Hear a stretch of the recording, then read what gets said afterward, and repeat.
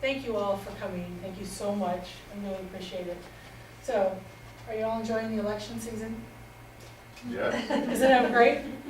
Ready to move to Canada yet? No. No? Not quite?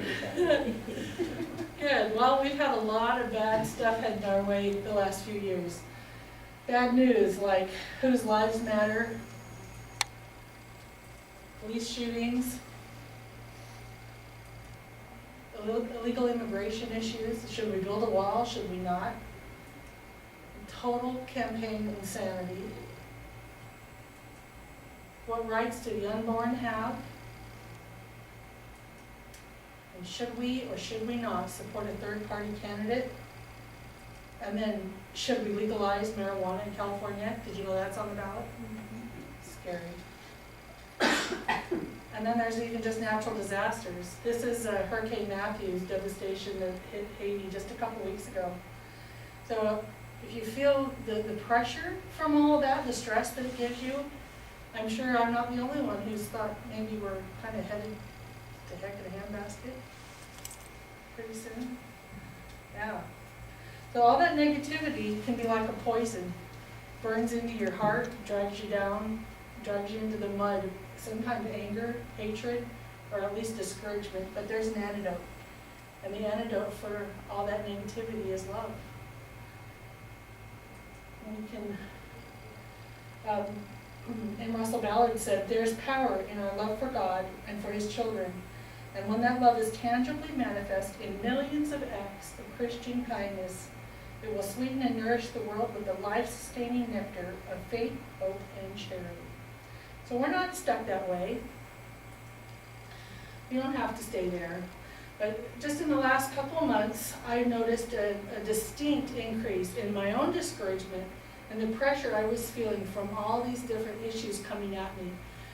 And at the same time, I remember that kindness and all the acts of kindness that have been done to me that help lift me out of those. It only takes sometimes a few kind words to help me feel better. And as an example, when I was in the 8th grade, I was sitting on a school bus, and I just looked up at a boy that was waiting to get off, and he said, "You have nice eyes." I don't think he ever said another word to me or me to him. But all these years, I've remembered that little incident, and it's kind of helped keep my bucket full through my life.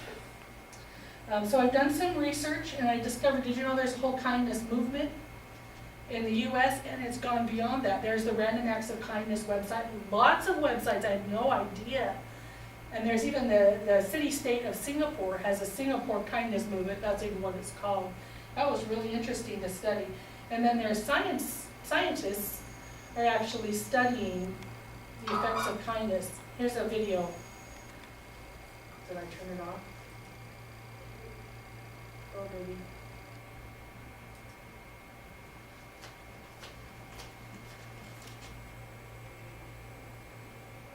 I guess this is why I do a 2.0. And so if one person starts being kind, starts being generous to other people in the group, that behavior can spread from person to person to person, and soon the whole group is more likely to exhibit that same behavior. It's like a super interesting hot area of research right now is trying to understand what is going on and how you explain that. I believe, are in the midst of a revolution. We've had 20 years of massive self-interest that has gotten us into a lot of deep trouble. And we've had financial collapses, expanding ozone problems in the sky, and global warming. And the revolution is reorienting toward kindness as a way to solve some of these problems. So kindness is good medicine. It really is the cure for what ails us. Albert Schweitzer said, I believe, are in the midst. Albert Schweitzer said, constant kindness can accomplish much. As the sun makes ice melt, kindness causes misunderstanding, mistrust, and hostility to evaporate. And there's lots of research being done. It turns out, research shows that people who do regular acts of kindness, do more acts of kindness through the day, report fewer negative emotion experiences. And when we help others, we're also helping ourselves. And I know you guys all believe that. But kindness also has physical benefits. It increases oxytocin, energy, pleasure. You're supposed to do that? There you go. Oxytocin, energy, more pleasure, increases serotonin, increases lifespan, and makes us generally happier. At the same time, it decreases pain, stress, anxiety, depression, and even blood pressure. So I want to tell you a little story about a boy named Josh. And I just changed the whole view. There we go. Josh. Okay, he was bullied in his school. And it got so bad that he transferred to another school. And he decided he wanted to change his life. So from the beginning, he started opening doors for people and saying good morning as everybody entered the school. And there's a picture of him doing just that. And he, at first people thought it was kind of weird. You know, what is up with this guy? But as they got used to it, they started looking forward to his cheerful greeting in the morning. And over a little more time, other people started opening doors. And then people started doing other little acts of kindness. As he started to make friends and became a bigger part of the school, he was elected homecoming king. And then through just that one act of kindness, changed his life, turned it around, and affected everybody around him. And then he ended up being invited to speak in other schools and share his experience and how kindness made such a big difference for him. You've all seen It's a Wonderful Life. I can't wait till December.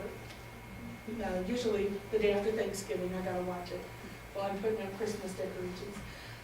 In this scene, George Bailey has had some serious financial difficulties, but his friends have come to his rescue.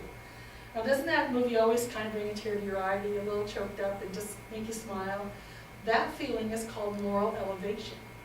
That's a feeling that when you see someone else do something kind, you're motivated to act altruistically and do kind things yourself.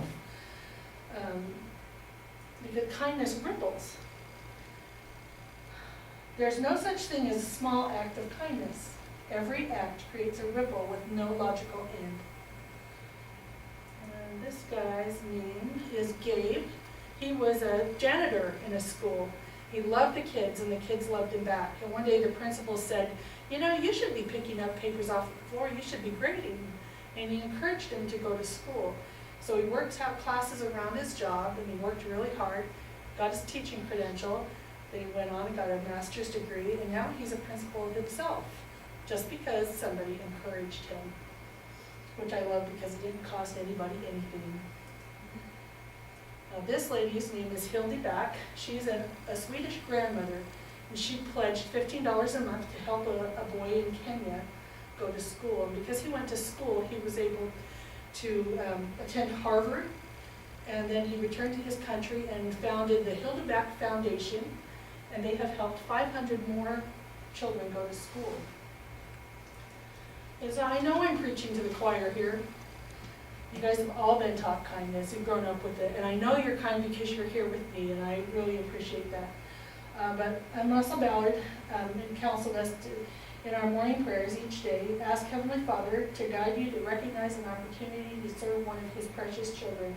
Then go throughout the day with your heart full of faith and love, looking for someone to help. You will discover opportunities to serve that you never before realized were possible.